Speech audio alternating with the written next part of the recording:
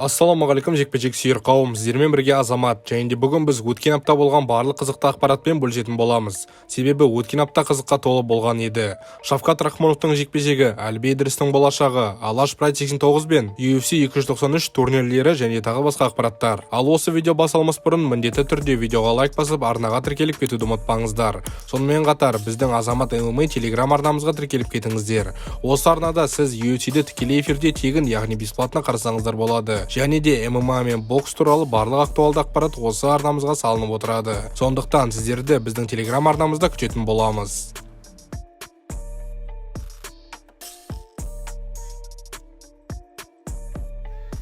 Ең алдымен өткен жексенбі Сидней қаласында өткен UFC 293 турнирі жайлы айтып кетейік. Ко-мейн ивентте көршілес ресейлік Александр Волков жергілікті жұлдызды жауынгер Тай Туйвасаға қарсы жекпе-жек өткізді. Алғашқы минуттан бастап антропометриясы үлкен Волков стойкада доминантты өнер көрсетіп, қарсыласын 2 рет нокдаунға түсірді. Ал екінші раундта Волков Туйвасаға изекел сабмишнін жауып жеңіске қол жеткізді. Турнирді басқарған орта салмақтың доминантты чемпионы UFC-дің басты жұлдыздарының бірі Исраэль Адесанья өзінің чемпиондық белбеуін нөмірі 5-ші орында орналасқан үміткер Шон Стрикландке қарсы қорғаған болатын. Алғашқы минутта Адесанья біраз соққы тигізгенімен раунд соңында соққы өткізіп алып нокдаунға түскен болатын. Алайда Стрикландқа уақыт жетпей жекпе-жек келесі раундқа көшкен еді. Дегенмен Адесанья өзіне келе алмай бұл жекпе-жекте төрешілердің шешімімен жеңіліп қалды. Солай, титулды жекпе-жектердегі ең басты андердог Шон Стрикланд жаңадан орта салмақтың UFC чемпионы атанды. Офф-топ ретінде Солтүстік Ирландиямен ойын өткізді. Бұл ойында ұлттық құрамамыз 1-0 есебімен жеңіске жетіп, өз группасында дәл қазір 12 ұпаймен 3-ші орында орналасқан. Бұл кездесуде құрамымызды қолдау үшін біраз спортшыларымыз келген еді. Соның ішінде Геннадий Головкин мен Шавкат Рахмонов. Сонымен қатар еліміздің президенті Қасым-Жомарт Кемелұлы Тоқаев мырза да қолдау көрсеткен болатын. Енді Қазақстан ұлттық құрамы 4 кездесу өткізуі керек. Қалай ойлайсыздар? Қазақстан тарихында алғаш рет Евро 2024-ке шыға ала ма? Комментарийге өз ойларыңызды жазып кетсеңіздер болады. Ал біз жалғастырайық.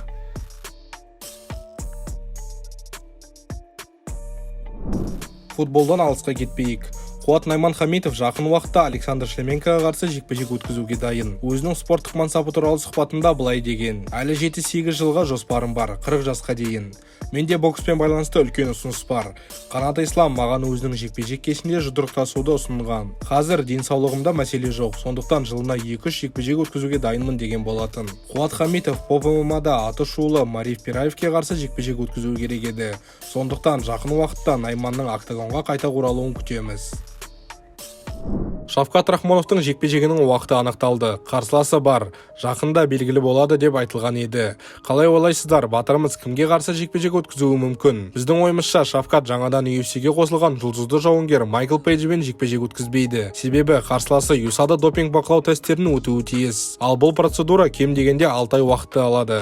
Сондықтан бәлкім рейтингте төмен орналасқан жауынгерлердің бірі Шавкатқа қарсы тұруы мүмкін. Өз ойларыңызды комментке жазып кетсеңіздер болады.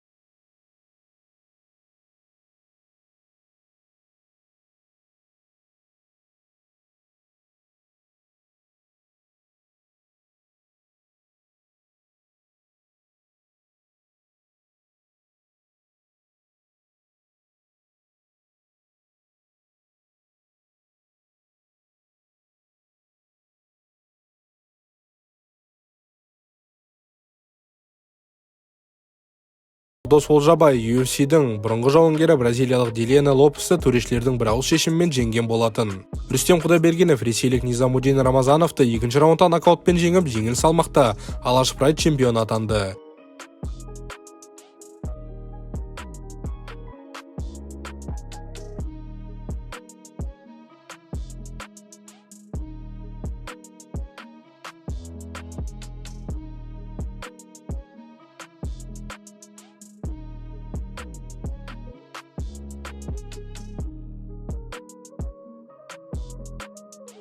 Және де қаршығада өтпек. Кештің басты жекпе-жегінде UFC-дің бұрынғы жауынгері Диего Брандау оны бірінші раундта нокаутпен жеңген еді.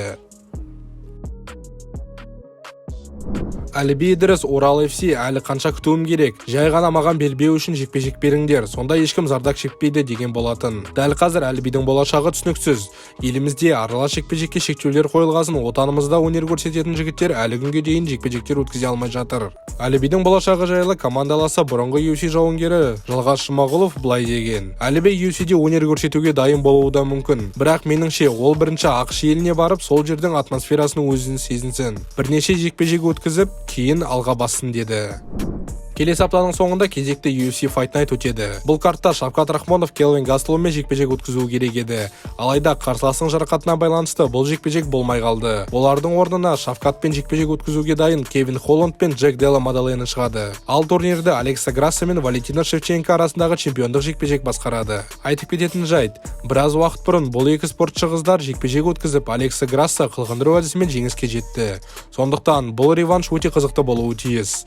Осы турнирді сіздер тікелей эфирде біздің Азамат ММА телеграм арнамызда көрсеңіздер болады. Сондықтан міндетті түрде тіркеліп кетіңіздер. Ал осымен біздің видео соңына дейін жетті. Егер де сізге ұнаса, міндетті түрде видеоға лайк басып, арнаға тіркелуді ұмытпаңыздар. Сонымен қатар, келесі видеода қай жауынгер туралы немесе де қандай тақырыпқа видео шығарайық, комментарийге жазып кетіңіздер. Сіздермен бірге болған Азамат, сау саламатта көріскенше, сау болыңыздар.